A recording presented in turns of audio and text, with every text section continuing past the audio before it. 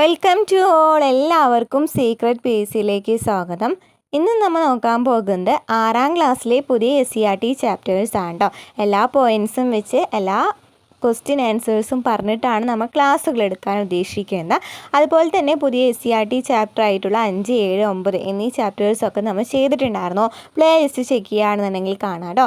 അതുപോലെ തന്നെ നമ്മുടെ ചാനലിൽ previous question answers PSC related ആയിട്ടുള്ള പോയിൻറ്സും അതുപോലെ തന്നെ previous question paper answers, model papers, അതുപോലെ തന്നെ PSC SCERT പോയിൻറ്സൊക്കെ നമ്മൾ ചെയ്യുന്നുണ്ട്.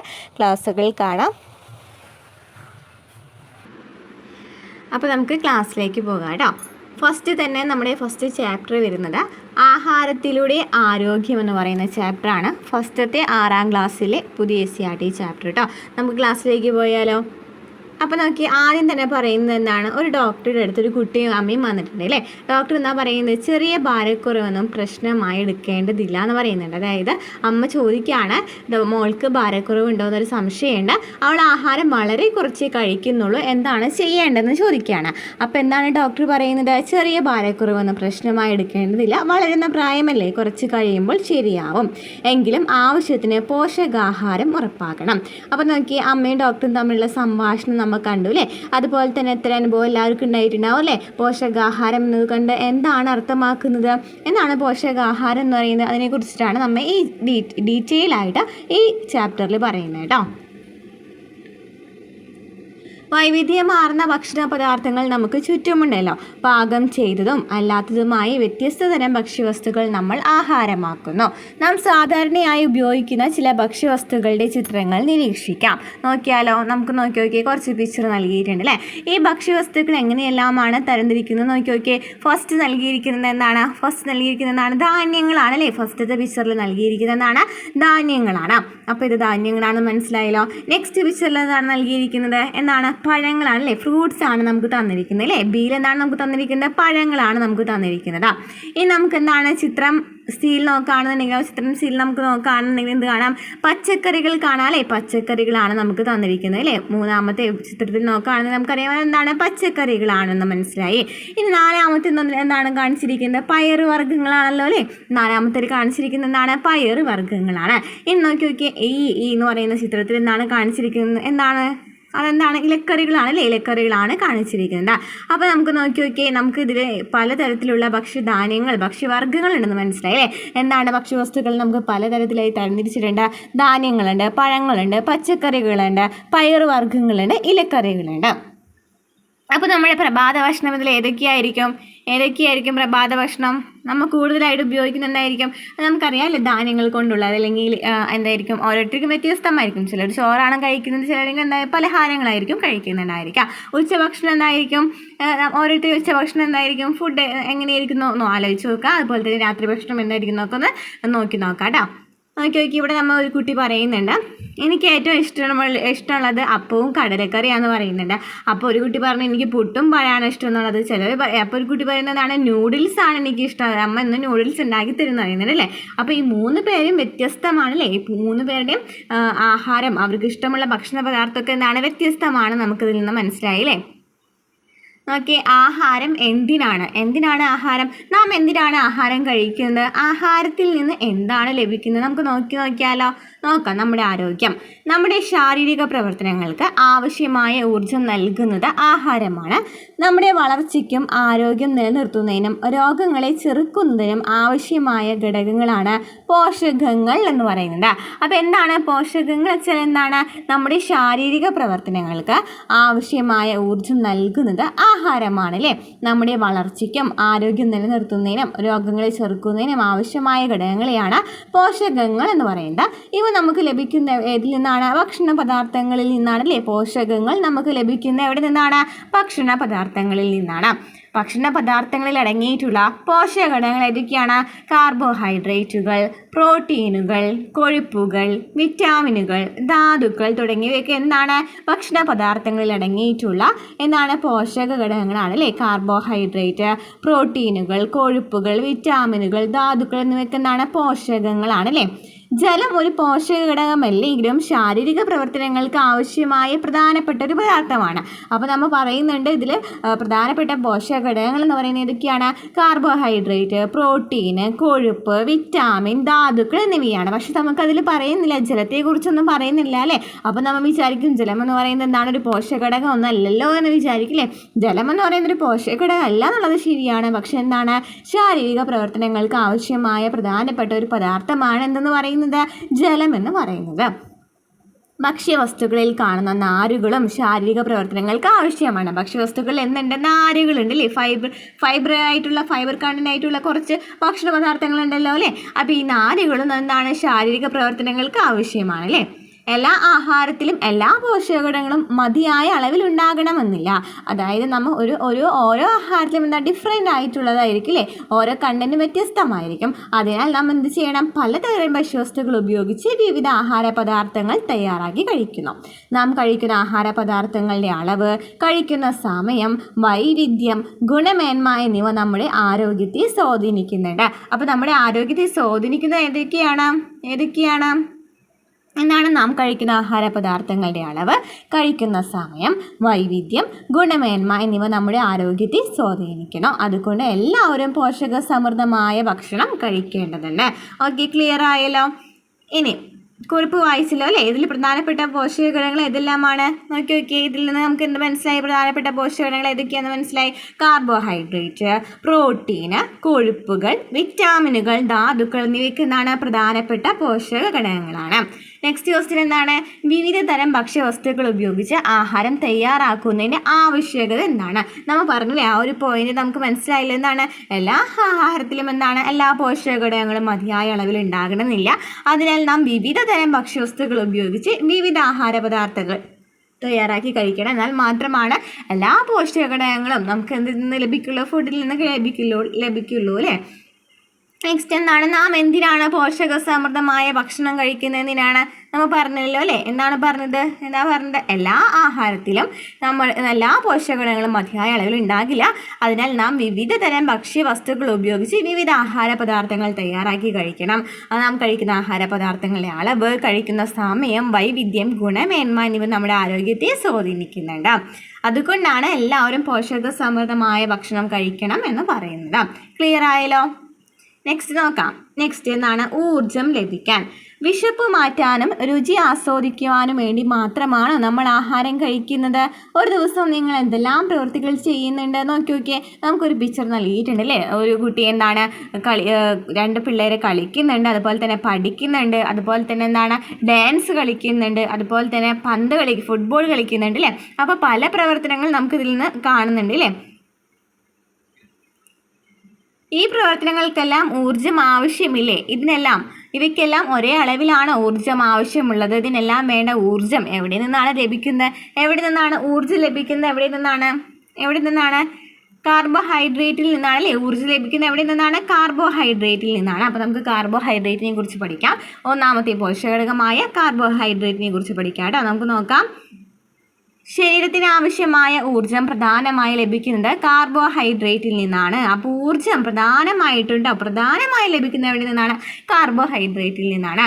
അന്നജം, പഞ്ചസാര, ഗ്ലൂക്കോസ്, സെല്ലുലോസ്, നാരുകൾ എന്നീ വിവിധ രൂപങ്ങളിൽ കാർബോഹൈഡ്രേറ്റ് ഭക്ഷ്യവസ്തുക്കളിൽ കാണപ്പെടുന്നുണ്ട്. ഏതൊക്കെ രീതിയിലാണ് കാർബോഹൈഡ്രേറ്റ് കാണപ്പെടുന്നത്? അന്നജം, പഞ്ചസാര, ഗ്ലൂക്കോസ്, സെല്ലുലോസ്, നാരുകൾ എന്നീ വിവിധ രൂപങ്ങളിലാണ് കാർബോഹൈഡ്രേറ്റ് ഭക്ഷ്യവസ്തുക്കളിൽ കാണപ്പെടുന്നത്. ധാന്യങ്ങൾ, കിഴങ്ങുവർഗ്ഗങ്ങൾ എന്നിവയിൽ കൂടുതൽ അടങ്ങിയിരിക്കുന്നതാണ് അന്നജമാണ്. അപ്പോൾ ഈ അന്നജം എന്ന് പറയുന്നത് ഏതിലാണെന്ന് ചോദിക്കുകയാണെങ്കിൽ ഏതിലാണ്, ധാന്യങ്ങൾ, കിഴങ്ങുവർഗ്ഗങ്ങളിലാണ് കൂടുതലായിട്ടും അന്നജം അടങ്ങിയിരിക്കുന്നത്. അപ്പോൾ എന്തൊക്കെയാണ് മനസ്സിലായത്, ശരീരത്തിന് ഊർജ്ജം പ്രധാനമായിട്ട് ലഭിക്കുന്നത് കാർബോഹൈഡ്രേറ്റിൽ നിന്നാണ്. കാർബോഹൈഡ്രേറ്റ് ഉള്ള ഭക്ഷണങ്ങൾ ഏതൊക്കെയാണെന്ന് ചോദിക്കുകയാണെങ്കിൽ ഏതൊക്കെയാണ്, അന്നജം, പഞ്ചസാര, ഗ്ലൂക്കോസ്, സെല്ലുലോസ്, നാരുകൾ എന്നിവയാണ്. ഇതിൽ അന്നജം സ്റ്റോർ ചെയ്തിരിക്കുന്ന ഏതിലാണ്, ധാന്യങ്ങൾ, കിഴങ്ങുവർഗ്ഗങ്ങളിലാണ്.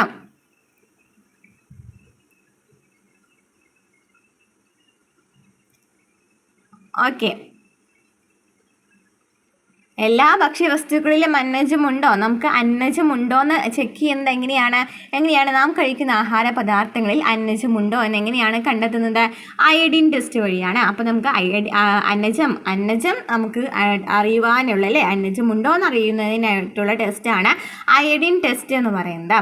ഓക്കെ, ഇവിടെ നോക്കി ഞാനെന്നും പാല് കുടിക്കുന്നുണ്ട്, പാലിൽ നിന്ന് അന്നജം ലഭിക്കുമോ എന്നൊക്കെ ഒരു ക്വസ്റ്റ്യൻ വന്നിട്ടുണ്ട് അല്ലേ. അപ്പോൾ നമുക്ക് അന്നജം ഉണ്ടോ എന്നുള്ളത് തെളിയിക്കുന്ന ഒരു ടെസ്റ്റാണ് അയഡിൻ ടെസ്റ്റ്. അതിന് വേണ്ടിയിട്ട് 2 ടെസ്റ്റ് ട്യൂബ്, പാല്, നേർപ്പിച്ച അയഡിൻ ലായനി, കഞ്ഞിവെള്ളം എന്നിവയൊക്കെ വേണം. ജസ്റ്റ് ഒന്ന് വായിച്ച് വെക്കാം കേട്ടോ. 2 ടെസ്റ്റ് ട്യൂബ് എടുക്കുക, ഒന്നിലൽപ്പം പാല്, രണ്ടാമത്തിൽ അല്പം കഞ്ഞിവെള്ളം എടുക്കുക. നമുക്ക് പാലിൽ അന്നജം ഉണ്ടോയെന്ന് അറിയണം അല്ലേ. അപ്പോൾ ഒരു ടെസ്റ്റ് ട്യൂബ് എടുക്കുക, 2 ടെസ്റ്റ് ട്യൂബ് എടുക്കുകയാണ്. ഒന്നിൽ പാലാണ് കൊടുത്തിരിക്കുന്നത്, രണ്ടാമത്തിൽ കഞ്ഞിവെള്ളമാണ് എടുത്തിരിക്കുന്നത്. ഓരോന്നിലും 2-3 തുള്ളി അയഡിൻ ലായനി ചേർക്കുകയാണ്. അയഡിൻ ലായനി ചേർത്തപ്പോൾ 2 ടെസ്റ്റ് ട്യൂബിലുമുള്ള ദ്രാവകത്തിന് നിറത്തിൽ മാറ്റങ്ങൾ വന്നിട്ടുണ്ടായിരിക്കും. നിങ്ങൾ കഴിക്കുന്ന മറ്റ് ഭക്ഷണ പദാർത്ഥങ്ങൾ ഉപയോഗിച്ച് ഈ പരീക്ഷണം ആവർത്തിക്കാൻ പറയുന്നുണ്ട്. അപ്പോൾ നമ്മൾ ഒരു 2 ടെസ്റ്റ് ട്യൂബ് എടുത്തിട്ട് ഒരെണ്ണത്തിൽ കഞ്ഞിവെള്ളം ഒരെണ്ണത്തിൽ പാലും വെച്ചിട്ട് അതിലേക്ക് നമുക്ക് 2-3 തുള്ളി അയഡിൻ ഒഴിക്കുകയാണ്. അപ്പോൾ അതിൽ നമുക്ക് എന്തൊക്കെ മാറ്റങ്ങളാണ് കാണാൻ പറ്റുന്നതെന്നാണ് ചോദിച്ചിരിക്കുന്നത്. ഓക്കെ, അപ്പോൾ ഉരുളക്കിഴങ്ങാണ് ഭക്ഷ്യവസ്തുക്കൾ എന്ന് പറയുന്നത്. ഉരുളക്കിഴങ്ങിൽ നമുക്ക് അയഡിൻ ലായനി ചേർക്കുകയാണെന്നുണ്ടെങ്കിൽ അവിടെ ഏത് കളറായിരിക്കും ഉണ്ടായിരിക്കുക? കടും നീല നിറമായിരിക്കും ഉണ്ടായിരിക്കുക കേട്ടോ. കടും നീല നിറമായിരിക്കും ഉണ്ടായിരിക്കുക, നല്ല കടും നീല നിറമായിരിക്കും കേട്ടോ. വെള്ളരിയിലാണെന്നുണ്ടെങ്കിലോ അതിലൊന്നും വ്യത്യാസമൊന്നും ഉണ്ടായിരിക്കില്ല, നിറത്തിൽ വ്യത്യാസം ഉണ്ടായിരിക്കില്ല. ഇനി മൈദയിലാണെന്നുണ്ടെങ്കിൽ നല്ല കടും നീല നിറമായിരിക്കും കേട്ടോ, നീല നിറം തന്നെയായിരിക്കും. ഓക്കെ, ഇനി മുട്ടയുടെ വെള്ളയാണെങ്കിലോ അതിലും നിറം മാറ്റമൊന്നും ഉണ്ടായിരിക്കില്ല കേട്ടോ. മുട്ടയുടെ വെള്ളയിലൊന്നും നിറം മാറ്റം ഉണ്ടായിരിക്കില്ല. അതുപോലെ തന്നെ കഞ്ഞിവെള്ളമാണെന്നുണ്ടെങ്കിൽ നമ്മൾ നേരത്തെ പറഞ്ഞല്ലേ, കഞ്ഞിവെള്ളം നമ്മൾ പറഞ്ഞു, കഞ്ഞിവെള്ളത്തിലാണെന്നുണ്ടെങ്കിൽ കടും നീല നിറമായിരിക്കും കഞ്ഞിവെള്ളം. അപ്പോൾ നമുക്ക് ഇതിൽ നിന്ന് മനസ്സിലായത് എന്താണ്? കഞ്ഞിവെള്ളത്തിൽ നമുക്ക് അയഡിൻ ലായനി ഒഴിച്ചപ്പോൾ എന്ന് മനസ്സിലായി, അവിടെ കടും നീല നിറം ഉണ്ടായിട്ടുണ്ടെന്ന് മനസ്സിലായില്ലേ. ഇനി നമുക്ക് പാല് പറഞ്ഞിട്ടുണ്ടായിരുന്നില്ല, പാലിലാണെന്നുണ്ടെങ്കിലും എന്തുണ്ടായിരിക്കില്ല? കളർ ഉണ്ടായിരിക്കില്ല കേട്ടോ. പാലിലാണെന്നുണ്ടെങ്കിലും കളർ ഉണ്ടായിരിക്കില്ല.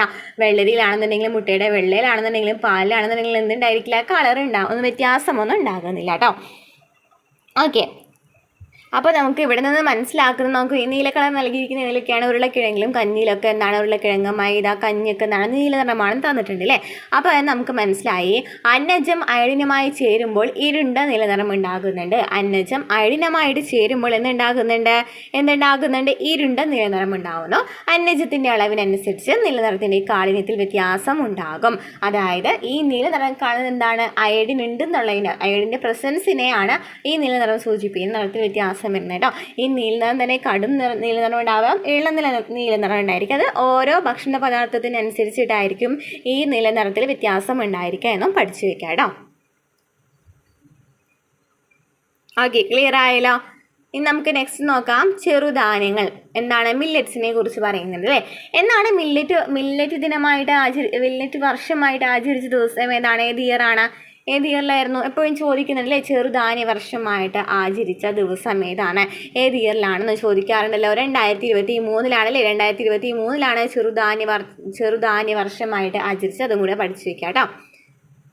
എന്താണ് ചെറുധാന്യങ്ങൾ എന്ന് വെച്ചാൽ പുല്ലുവർഗത്തിൽപ്പെട്ട വിളകളാണ് ചെറുധാന്യങ്ങൾ അഥവാ മില്ലറ്റുകൾ. അരി, ഗോതമ്പ് എന്നിവയെ അപേക്ഷിച്ച് വളരെ ഉയർന്ന തോതിലുള്ള പ്രോട്ടീൻ, വിറ്റാമിൻ, ധാതു ലവണങ്ങൾ എന്നിവ ഇവയിലുണ്ട്. എന്താണ് മില്ലറ്റുകൾ എന്ന് വെച്ചാൽ എന്താണ്? പുല്ലുവർഗത്തിൽപ്പെട്ട വിളകളെയാണ് മില്ലറ്റുകൾ എന്ന് പറയുന്നത്. അരി, ഗോതമ്പ് എന്നിവയെ അപേക്ഷിച്ച് വളരെ ഉയർന്ന തോതിലുള്ള പ്രോട്ടീൻ, വിറ്റാമിൻ, ധാതു ലവണങ്ങൾ എന്നിവ ഏതിലുണ്ട്? മില്ലറ്റിലുണ്ട് കേട്ടോ. പ്രോട്ടീൻ, വിറ്റാമിൻ, ധാതു ലവണങ്ങൾ എന്നിവ ഇവയിലുണ്ട്. ഇതിലുണ്ട്? മില്ലറ്റിലുണ്ട്, അതായത് ചെറുധാന്യങ്ങളിലുണ്ട്. നാരുകളാൽ സമ്പന്നമായ ചെറുധാന്യങ്ങൾ ദഹന പ്രക്രിയയിൽ പ്രധാന പങ്ക് വഹിക്കുന്നു. മുൻകാലങ്ങളിൽ പക്ഷികൾക്കും മൃഗങ്ങൾക്കുമുള്ള ഭക്ഷണമായിട്ടാണ് ഇവ ഉപയോഗിച്ചു വന്നിരുന്നത്. ഇവയുടെ പോഷകമൂല്യം മനസ്സിലാക്കിയതോടു കൂടിയാണ് മനുഷ്യരും ആഹാരമായി ഉപയോഗിച്ചു തുടങ്ങിയത്. അപ്പോൾ ആദ്യമൊക്കെയാണെന്നുണ്ടെങ്കിൽ പക്ഷികളും മൃഗങ്ങളും മാത്രമാണ് ഈ ചെറുധാന്യങ്ങൾ ഉപയോഗിച്ചിരുന്നത്. പിന്നെ അതിനുശേഷം മനുഷ്യർ ഇതിന് പ്രാധാന്യം മനസ്സിലാക്കി, അതിനുശേഷമാണ് മനുഷ്യരും ഇത് ആഹാരമായിട്ട് ഉപയോഗിച്ചു തുടങ്ങിയത്. റാഗി, ബജ്റ, തിന, ചോളം, ചാമ തുടങ്ങിയവ ഈ വിഭാഗത്തിൽ പെടുന്നവയാണ്. റാഗി, ബജ്റ, തിന, ചോളം, ചാമ എന്നിവയൊക്കെ എന്താണ്? ചെറുധാന്യങ്ങളാണ്. അപ്പോൾ എന്തൊക്കെയാണ് പറഞ്ഞത്? ഈ ചെറുധാന്യങ്ങൾ എന്ന് പറയുന്നത് എന്താണ്? പുല്ലുവർഗ്ഗത്തിൽപ്പെട്ട വിളകളാണ് ഈ ചെറുധാന്യങ്ങൾ അല്ലെങ്കിൽ മില്ലറ്റുകൾ എന്ന് പറയുന്നത്. കൂടുതലായിട്ട് ആദ്യമൊക്കെ മൃഗങ്ങളും പക്ഷികളും മാത്രമാണ് ഇത് കഴിച്ചിരുന്നത്. അതിനുശേഷമാണ് ഇതിൻ്റെ പ്രാധാന്യം മനസ്സിലാക്കിയിട്ട് മനുഷ്യരും കഴിച്ചു തുടങ്ങിയത്. ഇതിലെന്താണ് പ്രത്യേകത? അരിയും ഗോതമ്പും വെച്ച് നോക്കുകയാണെന്നുണ്ടെങ്കിൽ ഇതിന് കൂടുതലായിട്ടുള്ള പ്രോട്ടീൻ, വിറ്റാമിൻ, ധാതുലവണങ്ങൾ എന്നിവയൊക്കെ ഉണ്ടായിരിക്കും. അതുപോലെ തന്നെ നാരുകളാൽ സമ്പന്നമായ ചെറുധാന്യങ്ങൾ ദഹന പ്രക്രിയയിൽ പ്രധാന പങ്ക് വഹിക്കുന്നുണ്ട്. ആദ്യമൊക്കെ നമ്മൾ പറഞ്ഞു പക്ഷികളാണ് ഉപയോഗിച്ചിരുന്നത്, എന്നാൽ ഇപ്പം മനുഷ്യരും ഉപയോഗിക്കുന്നുണ്ട്. ഏതൊക്കെയാണ്? റാഗി, ബജ്റ, തീന, ചോളം, ചാമ എന്നിവയൊക്കെ എന്താണ്? ചെറുധാന്യങ്ങളാണ് അല്ലേ, മില്ലറ്റ്സ് ആണ്. നെക്സ്റ്റ് നോക്കിയാലോ, വളർച്ചയ്ക്ക് പിന്നിൽ നമുക്ക് നോക്കാം. വളർച്ചയുമായി ബന്ധപ്പെട്ട് വരുന്ന ഒരു പോഷകഘടകമാണ് പ്രോട്ടീൻ എന്ന് പറയുന്നത്. അപ്പോൾ നമ്മൾ കാർബോഹൈഡ്രേറ്റിനെ കുറിച്ച് പറഞ്ഞു അല്ലേ, കാർബോഹൈഡ്രേറ്റിനെ കുറിച്ച് നമ്മൾ ഡീറ്റെയിൽ ആയിട്ട് പറഞ്ഞു. നമുക്ക് പ്രോട്ടീനെ കുറിച്ച് പറയാം. നോക്കി, ഒരു ഡോക്ടറുടെ അടുത്ത് ഒരു കുട്ടിയും അമ്മ ഇരിക്കുന്നുണ്ട്. അപ്പോൾ എന്താണ് പറയുന്നത്? ഒരു അമ്മ പറയുന്നുണ്ട്, ഒന്നും ചെയ്യാൻ മോന് ഉഷാറില്ല, എപ്പോഴും നല്ല ക്ഷീണമാണെന്നാണ് പറയുന്നത് ഡോക്ടർ എന്ന് പറയുന്നു അല്ലേ. അപ്പോൾ ഡോക്ടർ എന്താ പറയുന്നത്? കുട്ടിക്ക് വളർച്ച കുറവുണ്ട്, മുട്ട, ചെറുപയർ, നിലക്കടല, മത്സ്യം, പാൽ തുടങ്ങിയ ആഹാരങ്ങൾ ധാരാളമായി നൽകണം എന്ന് പറയുന്നുണ്ട്. അപ്പോൾ കുട്ടിയുടെ അമ്മയോട് ഡോക്ടർ പറഞ്ഞത് ശ്രദ്ധിച്ചില്ലേ? ഡോക്ടർ ഇങ്ങനെ പറയാൻ കാരണം എന്തായിരിക്കും അങ്ങനെ പറയാൻ കാരണം? അവിടെ പ്രോട്ടീൻ്റെ കുറവുണ്ടായിരിക്കില്ലേ, കുട്ടിക്ക് വളർച്ച കുറവുണ്ട്. അതുപോലെ തന്നെ മുട്ട, ചെറുപയർ, നിലക്കടല, മത്സ്യം, പാലൊക്കെ എന്നീ ആഹാരങ്ങളൊക്കെ ഏതിൽ വരുന്നതാണ്? ഈ പ്രോട്ടീൻ അടങ്ങിയ ഭക്ഷണങ്ങളാണ്. അത് കാരണമാണ് ഡോക്ടർ ഇങ്ങനെ പറയുന്നതിനായിട്ട് കാരണം അല്ലേ. നമുക്ക് നോക്കാം. ശരീരനിർമ്മിതിക്കും വളർച്ചയ്ക്കും ആവശ്യമായ ഒരു പ്രധാന പോഷകഘടകമാണ് പ്രോട്ടീൻ. അപ്പോൾ എന്താണ് പ്രോട്ടീൻ എന്ന് പറയുന്നത്? ശരീരനിർമ്മിതിക്കും വളർച്ചയ്ക്കും ആവശ്യമായ ഒരു പ്രധാന പോഷകഘടകമാണ് പ്രോട്ടീൻ. എപ്പോഴും PSC ചോദിക്കുന്ന ഒരു ക്വസ്റ്റ്യൻ ആണ് അല്ലേ. ശരീരനിർമ്മിതിക്കും വളർച്ചയ്ക്കും ആവശ്യമായ പ്രധാന പോഷകഘടകമാണ് പ്രോട്ടീൻ. പേശികൾ, തലമുടി, ത്വക്ക് എന്നിവയുടെ ആരോഗ്യത്തിന് പ്രോട്ടീൻ ആവശ്യമാണ്. കൂടാതെ ഇവ ഊർജ്ജവും പ്രദാനം ചെയ്യുന്നുണ്ട്. അപ്പോൾ നമ്മൾ പറഞ്ഞു പ്രധാന ഊർജ്ജത്തിൻ്റെ കേന്ദ്രം എന്ന് പറയുന്നത് കാർബോഹൈഡ്രേറ്റ് ആണ്. എന്നാൽ പ്രോട്ടീനും കുറച്ച് ഊർജ്ജം പ്രദാനം ചെയ്യുന്നുണ്ട്. കൂടുതലായിട്ട് പ്രോട്ടീൻ ഏതിനൊക്കെയാണ് ആവശ്യം? പേശികൾ, തലമുടി, ത്വക്ക് എന്നിവയ്ക്കാണ് കൂടുതലായിട്ട് പ്രോട്ടീൻ ആവശ്യം. പ്രോട്ടീൻ്റെ കുറവ് മൂലമാണ് കോശിയോർക്കർ, മരാസ്മസ് എന്നീ രോഗങ്ങൾ ഉണ്ടാകുന്നത്. ചോദിക്കാറുണ്ടല്ലോ, പ്രോട്ടീൻ്റെ അഭാവം മൂലമുണ്ടാകുന്ന രോഗങ്ങൾ ഏതൊക്കെയാണ്? നമുക്ക് ഓപ്ഷൻസിൽ എപ്പോഴും ചോദിക്കുന്നതാണ് അല്ലേ.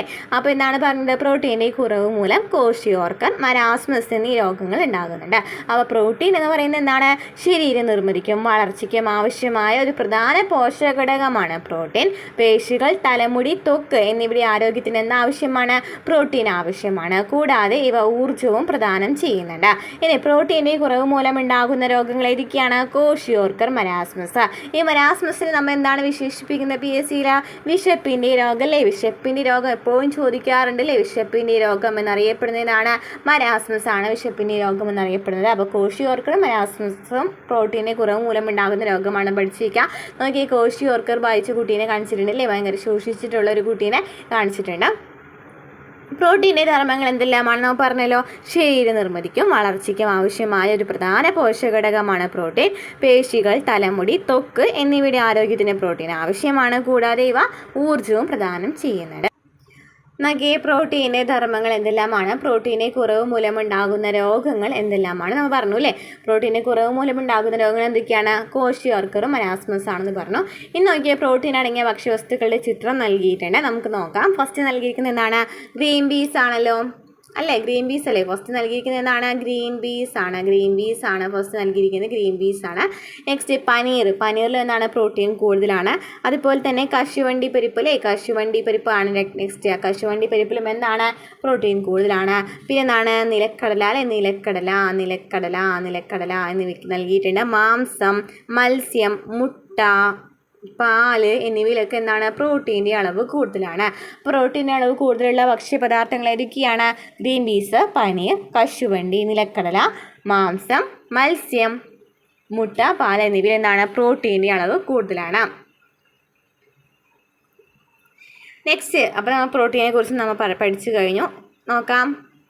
നമുക്ക് നോക്കിയാൽ ഇവിടെ ഒരു ക്വസ്റ്റ്യൻ നൽകിയിട്ടുണ്ട്. നിങ്ങളിൽ സസ്യാഹാരം മാത്രം കഴിക്കുന്നവരുണ്ടാവില്ല. അപ്പോൾ ഒരു പ്രോട്ടീന് കുറവ് ആണെന്നുണ്ടെങ്കിൽ, കുറവുണ്ടാകാതിരിക്കാൻ ആഹാരത്തിൽ ഏത് പദാർത്ഥങ്ങളാണ് ഉപയോഗിക്കേണ്ടത് അല്ലേ? അതായത് നമുക്കറിയാം സസ്യാഹാരികളുണ്ടായിരിക്കും, മാംസാഹാരികളുണ്ടായിരിക്കും, അതായത് സസ്യാഹാരം മാത്രം കഴിക്കുന്നവരുണ്ടായിരിക്കും അല്ലേ? അപ്പോൾ അവർ ഏതായിരിക്കും ഉപയോഗിക്കേണ്ടത്? ഏതാണ് ഉപയോഗിക്കുന്നത്? പനീർ അല്ലേ? Paneer, green peas, beans, soyabean, oats, കശുവണ്ടി, നിലക്കടലൊക്കെ എന്താണ് അവർക്ക് കഴിക്കാൻ പറ്റുന്നതാണല്ലോ. അപ്പോൾ സസ്യാഹാരം മാത്രം കഴിക്കുന്ന ആൾക്കാർക്കും കഴിക്കാവുന്ന ഭക്ഷണ പദാർത്ഥങ്ങൾ ഏതൊക്കെയാണ്? Green peas, paneer, beans, soyabean, oats, കശുവണ്ടി, നിലക്കടല എന്നിവയൊക്കെയാണ്. ഓക്കെ, പ്രോട്ടീൻ ക്ലിയർ ആയല്ലോ. നെക്സ്റ്റ് നമുക്ക് നോക്കാം കൊഴുപ്പ് കേട്ടോ. കൊഴുപ്പ് എന്ന് പറയുന്ന ഒരു പോഷകഘടകം നോക്കാം. ഫാറ്റ് എന്ന് വെച്ചാൽ നോക്കാം. കാർബോഹൈഡ്രേറ്റ്, പ്രോട്ടീൻ എന്നിവ പോലെ കൊഴുപ്പും നമുക്ക് ആവശ്യമാണ്. ഒരേ അളവിൽ കൊഴുപ്പും കാർബോഹൈഡ്രേറ്റും പ്രോട്ടീനും എടുത്താൽ ഏറ്റവും കൂടുതൽ ഊർജ്ജം ലഭിക്കുന്നത് കൊഴുപ്പിൽ നിന്നാണ്. അപ്പോൾ നമ്മൾ പറഞ്ഞു കാർബോഹൈഡ്രേറ്റിൽ ഊർജ്ജം ലഭിക്കുന്നുണ്ടെന്ന് പറഞ്ഞു, അതുപോലെ തന്നെ പ്രോട്ടീനിലും ഊർജ്ജം ലഭിക്കുന്നുണ്ടെന്ന് പറഞ്ഞു. എന്നാൽ ഇത് രണ്ടും കൂടി കമ്പയർ ചെയ്യുകയാണെങ്കിൽ, കൊഴുപ്പും കൂടി വെച്ച് നമ്മൾ കമ്പയർ ചെയ്യുകയാണെന്നുണ്ടെങ്കിൽ കൊഴുപ്പിലാണ് ഏറ്റവും കൂടുതൽ ഊർജ്ജം ലഭിക്കുന്നതെന്നാണ് പറയുന്നത്. അപ്പോൾ നമ്മുടെ ഭക്ഷണത്തിൽ കൊഴുപ്പ് ഉൾപ്പെടുന്നുണ്ടോ എന്ന് എങ്ങനെയാണ് നമുക്കറിയാം? എങ്ങനെയാണെന്ന് വെച്ചാൽ നമുക്കിതിൽ തന്നിരിക്കുന്ന ഒരു പ്രവർത്തനമാണ്. ഒരു പേപ്പറിൽ എണ്ണ ഒഴിച്ച് നോക്കാം. അതുപോലെ തന്നെ അപ്പുറത്തെ പേപ്പറിൽ എന്താണ് നെയ്യും, 2 പേപ്പർ എടുത്തിട്ട് ഒരു പേപ്പർ എണ്ണയും ഒരു പേപ്പറിൽ നെയ്യും ഒഴിച്ച് നോക്കാം. അപ്പോൾ അതിൽ എന്ത് വ്യത്യാസമാണ് കാണുന്നത് നോക്കാം. ഒരു പാട പോലെ കാണുകയാണെന്നുണ്ടെങ്കിൽ അത് എണ്ണ ഒഴിച്ച പേപ്പറിൽ ഒരു പാട പോലെയാണ് കാണാം. അപ്പോൾ നമുക്ക് നോക്കാം. കുറച്ച് ആഹാര വസ്തുക്കൾ നൽകിയിട്ടുണ്ട്. ചിപ്സ്, പച്ചവാഴയ്ക്ക, ചതച്ച എള്ള്, ഉണങ്ങിയ തേങ്ങ, ചതച്ച നിലക്കടല എന്നിവയൊക്കെ നൽകിയിട്ടുണ്ട്. ഇതൊക്കെ നമുക്ക് ഉരച്ച് നോക്കിയാൽ എന്തൊക്കെയായിരിക്കും വ്യത്യാസം കാണപ്പെടുന്നത് നമുക്ക് നോക്കാം. ചിപ്സ് ആണെന്നുണ്ടെങ്കിൽ പേപ്പറിൽ എന്തുണ്ടായിരിക്കും? എണ്ണമയം ഉണ്ടായിരിക്കും അല്ലേ? ചിപ്സ് ഉരച്ച് നോക്കുകയാണെന്നുണ്ടെങ്കിൽ നോക്കി നോക്കുക കേട്ടോ. ചിപ്സിൽ എന്താണ്? എണ്ണമയം ഉണ്ടായിരിക്കും. ഇനി പച്ചവാഴയ്ക്കാണെങ്കിലോ അതിലൊന്നും എണ്ണയുടെ പാട് കാണില്ല അല്ലേ? ചതച്ച എള്ളാണെന്നുണ്ടെങ്കിലും എള്ളിൽ കാണപ്പെടുന്നില്ലേ? എണ്ണ കാണപ്പെടും. അതുപോലെ തന്നെ ഉണങ്ങിയ തേങ്ങയാണെന്നുണ്ടെങ്കിലോ എണ്ണയുടെ പാട് കാണപ്പെടില്ലേ? എണ്ണ ഉണ്ടായിരിക്കും. അതുപോലെ തന്നെ ചതച്ച നിലക്കടലയാണെന്നുണ്ടെങ്കിലും എണ്ണയുടെ പാട് കാണപ്പെടും. ഓക്കെ, അപ്പോൾ നമുക്ക് കൊഴുപ്പടങ്ങിയ ഭക്ഷണ പദാർത്ഥങ്ങൾ മനസ്സിലായി. ഏതൊക്കെയാണ്? ചിപ്സ്, അതുപോലെ തന്നെ ചതച്ച എള്ള, ഉണങ്ങിയ തേങ്ങ, ചതച്ച നിലക്കടല എന്നിവയിലൊക്കെ എന്തുണ്ട്? കൊഴുപ്പുണ്ട്, നമുക്ക് മനസ്സിലായി. ഇനി നോക്കി താഴെ കുറച്ച് ചിത്രങ്ങൾ നൽകിയിട്ടുണ്ട്.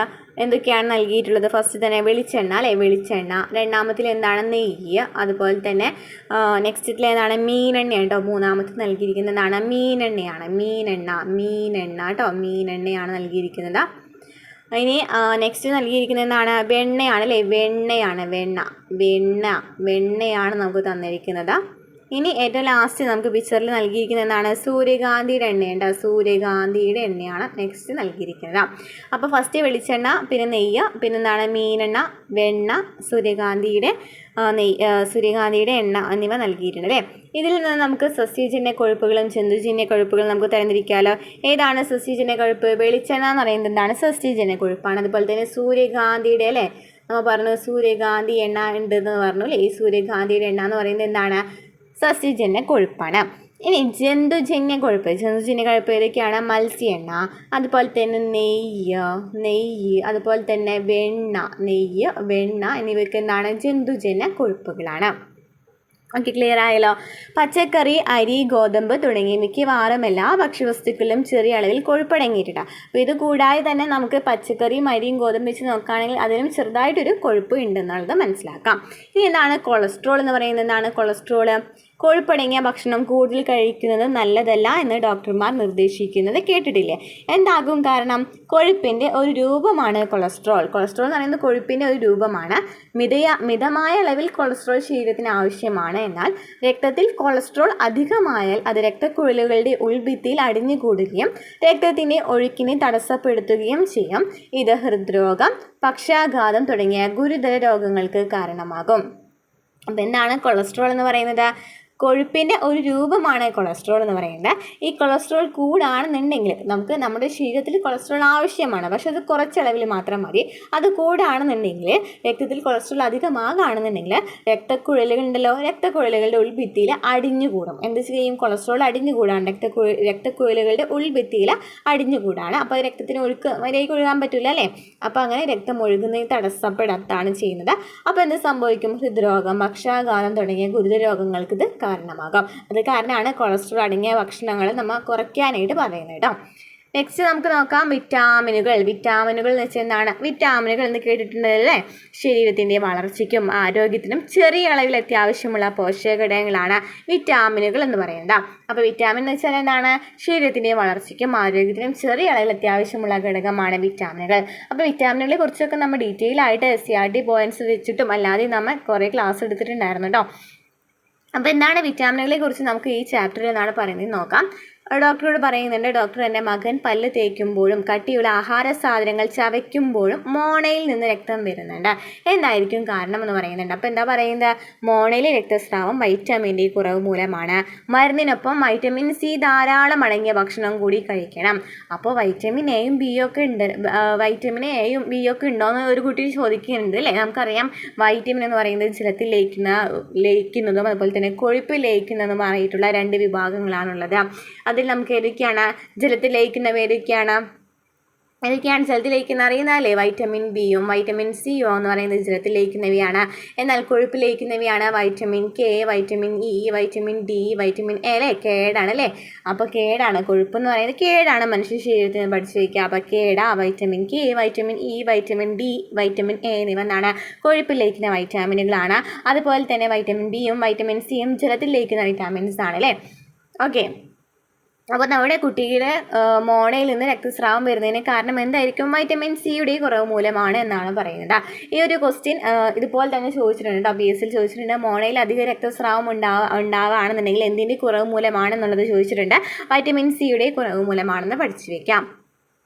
ഓക്കെ. അപ്പോൾ നമുക്ക് ഓരോ വൈറ്റമിൻസിനെ കുറിച്ച് നമ്മൾ ഡീറ്റെയിൽ ആയിട്ട് പഠിക്കാം. അതിൻ്റെ പ്രാധാന്യങ്ങൾ എന്താണെന്ന് നോക്കാം. വൈറ്റമിൻ എ എന്ന് പറയുന്നത് എന്താണ്? കണ്ണ്, ത്വക്ക്, തലമുടി എന്നിവയുടെ ആരോഗ്യത്തിന് വൈറ്റമിൻ എ ആണ് അല്ലേ? വൈറ്റമിൻ എ എന്ന് പറയുന്നത് കണ്ണ്, ത്വക്ക്, തലമുടി എന്നിവയുടെ ആരോഗ്യത്തിന് ഏതാണ്? വൈറ്റമിൻ എ ആവശ്യമാണ്. ഈ വൈറ്റമിൻ ബി എന്ന് വെച്ചാൽ എന്താണ്? തലച്ചോറ്, നാഡികൾ, ഹൃദയം, ത്വക്ക് എന്നിവയുടെ ആരോഗ്യത്തിന് എന്താവശ്യമാണ്? വൈറ്റമിൻ ബി ആവശ്യമാണ്. തലച്ചോറ്, നാഡികൾ, ഹൃദയം, ത്വക്ക് എന്നിവയുടെ ആരോഗ്യത്തിന് വൈറ്റമിൻ ബി ആവശ്യമാണ്. ഇനി വൈറ്റമിൻ സിയോ? പല്ല്, മോണ, രക്തക്കുഴലുകൾ എന്നിവയുടെ ആരോഗ്യത്തിനും രോഗപ്രതിരോധ ശേഷിക്കും വൈറ്റമിൻ സി ആവശ്യമാണ്. പല്ല്, മോണ, രക്തക്കുഴലുകൾ എന്നിവയുടെ ആരോഗ്യത്തിനും രോഗപ്രതിരോധ ശേഷിക്കും വൈറ്റമിൻ സി ആവശ്യമാണ്. ഇനി വൈറ്റമിൻ ഡിയോ? വൈറ്റമിൻ ഡി എല്ലുകളുടെയും പല്ലുകളുടെയും ആരോഗ്യത്തിനും രോഗപ്രതിരോധ ശേഷിക്കും വൈറ്റമിൻ ഡി ആവശ്യമാണ് അല്ലേ? എല്ലുകളുടെയും പല്ലുകളുടെയും ആരോഗ്യത്തിന് സഹായിക്കുന്ന വൈറ്റമിൻ ഏതാണ്? വൈറ്റമിൻ ഡി ആണ്. ഇനി നാഡികളുടെ ശരിയായ പ്രവർത്തനത്തിന് സഹായിക്കുന്ന വൈറ്റമിൻ ഏതാണ്? നാഡികളുടെ ശരിയായ പ്രവർത്തനത്തിന് സഹായിക്കുന്നതാണ് വൈറ്റമിൻ ഇ അല്ലേ? വൈറ്റമിൻ ഇ ആണ് നാഡികളുടെ ശരിയായ പ്രവർത്തനത്തിന് സഹായിക്കുന്നത്. ഇനി മുറിവുണ്ടാകുമ്പോൾ രക്തം കട്ട പിടിക്കുന്നത് ഏതാണ്? Vitamin K. മുറിവുണ്ടാകുമ്പോൾ രക്തം കട്ട പിടിക്കുന്ന വൈറ്റമിൻ കെ ആണ് അല്ലേ? വൈറ്റമിൻ കെ ആണ് ഇതിന് സഹായിക്കുന്നത്. അപ്പോൾ എന്തൊക്കെയാണ് പറയുന്നത്? വൈറ്റമിൻ എ എന്ന് പറയുന്നത് കണ്ണ്, ത്വക്ക്, തലമുടി എന്നിവയുടെ ആരോഗ്യത്തിന് സഹായിക്കുന്നു. വൈറ്റമിൻ ബി തലച്ചോറ്, നാഡികൾ, ഹൃദയം, ത്വക്ക് എന്നിവയുടെ ആരോഗ്യത്തിന് സഹായിക്കുന്നു. വൈറ്റമിൻ സി പല്ല്, മോണ, രക്തക്കുഴലുകൾ എന്നിവയുടെ ആരോഗ്യത്തിനും രോഗപ്രതിരോധ ശേഷിക്കും സഹായിക്കുന്നു. വൈറ്റമിൻ ഡി എല്ലുകളുടെയും പല്ലുകളുടെയും ആരോഗ്യത്തിനും രോഗപ്രതിരോധ ശേഷിക്കും സഹായിക്കുന്നു. വൈറ്റമിൻ ഇ നാഡികളുടെ ശരിയായ പ്രവർത്തനത്തിന് സഹായിക്കുന്നു. വൈറ്റമിൻ കെ മുറിവുണ്ടാകുമ്പോൾ രക്തം കട്ട പിടിക്കുന്നതിനും സഹായിക്കുന്നു. ക്ലിയർ ആയല്ലോ? അപ്പോൾ നോക്കി, ത്വക്കിൻ്റെ ആരോഗ്യത്തിന് ആവശ്യമായ വൈറ്റമിൻസ് ഏതൊക്കെയാണ്? ത്വക്കിൻ്റെ ആരോഗ്യത്തിന് ആവശ്യമായിട്ടുള്ള വൈറ്റമിൻ ഏതായിരിക്കും? വൈറ്റമിൻ എയും വൈറ്റമിൻ ബി ആയിരിക്കില്ല. നോക്കി, വൈറ്റമിൻ എ എന്ന് പറയുന്നത് ത്വക്ക്, കണ്ണ്, ത്വക്ക്, തലമുടി അല്ലേ? അവിടെ നമുക്കറിയാം വൈറ്റമിൻ എയിൽ ത്വക്ക് പറയുന്നുണ്ട്, വൈറ്റമിൻ ബിയിലും പറയുന്നുണ്ടല്ലോ, ത്വക്കിനെ കുറിച്ച് പറയുന്നുണ്ടല്ലോ അല്ലേ? അപ്പോൾ ത്വക്കിൻ്റെ ആരോഗ്യത്തിന് സഹായിക്കുന്നതാണ് വൈറ്റമിൻ എയും വൈറ്റമിൻ ബിയും. നെക്സ്റ്റ് എന്താണ്? വൈറ്റമിൻ ഡി ആവശ്യത്തിന് ലഭിച്ചില്ലെങ്കിൽ എന്തെല്ലാം ആരോഗ്യ പ്രശ്നങ്ങളാണ് ഉണ്ടാകുന്നത്? അപ്പോൾ വൈറ്റമിൻ ഡി എന്ന് പറയുന്നത് നമ്മൾ പറഞ്ഞു എന്താണ്? എല്ലുകളുടെയും പല്ലുകളുടെയും ആരോഗ്യത്തിനും രോഗപ്രതിരോധ ശേഷിക്കാണ് വൈറ്റമിൻ ഡി എന്ന് പറയുന്നത് സഹായിക്കുന്നത്. അപ്പോൾ വൈറ്റമിൻ ഡിയുടെ കുറവ് മൂലമുണ്ടാകുന്ന രോഗം ഏതാണ്? കണരോഗമാണ് അല്ലേ? കണരോഗം വൈറ്റമിൻ ഡിയുടെ കുറവ് മൂലമുണ്ടാകുന്ന രോഗമാണ്. അപ്പോൾ വൈറ്റമിൻ ഡി ശരിയായ അളവിൽ ലഭിച്ചില്ല എന്നുണ്ടെങ്കിൽ കണരോഗം ഉണ്ടാകും എന്നും പഠിച്ചു വയ്ക്കാം. ഓക്കെ. ഇനി വൈറ്റമിൻ ഡിയും ബി കോംപ്ലക്സും നമുക്കറിയാം. B1 മുതൽ B12 വരെ ബി കോംപ്ലക്സുകളുണ്ട് കേട്ടോ. B1 മുതൽ എന്തുണ്ട്? B12 വരെയുണ്ട്. അപ്പോൾ നമുക്ക് അത് രണ്ടിനെയും കുറിച്ച് നമുക്ക് ഡീറ്റെയിൽ ആയിട്ട് ക്ലാസ്സിൽ പറയുന്നില്ല. ഹയർ ക്ലാസ്സുകളിലാണ് വൈറ്റമിൻ B1 മുതൽ B12 കുറിച്ച് പറയുന്നത് കേട്ടോ. അപ്പോൾ വൈറ്റമിൻ ഡി എന്ന് വെച്ചാൽ എന്താണ്? സൂര്യപ്രകാശത്തിൽ നിന്ന് ലഭിക്കുന്ന ഒരേ ഒരു വൈറ്റമിനാണ് അല്ലേ വൈറ്റമിൻ ഡി എന്ന് പറയുന്നത്. സൂര്യപ്രകാശത്തിൽ നിന്ന് ലഭിക്കുന്ന വിറ്റാമിനാണ് വിറ്റാമിൻ ഡി. ചെറിയ അളവിൽ ഭക്ഷണത്തിൽ നിന്ന് അത് ലഭിക്കുന്നുണ്ട് അല്ലേ? ചെറിയ അളവിൽ ഭക്ഷണത്തിൽ നിന്ന് ലഭിക്കുന്നുണ്ട്, അതുപോലെ തന്നെ സൂര്യപ്രകാശത്തിൽ നിന്നും ലഭിക്കുന്നുണ്ട്. എല്ലുകളുടെയും പല്ലുകളുടെയും ആരോഗ്യത്തിനും രോഗപ്രതിരോധ ശേഷിക്കും ഏറ്റവും ആവശ്യമായ ഒരു വിറ്റാമിൻ ആണിത്.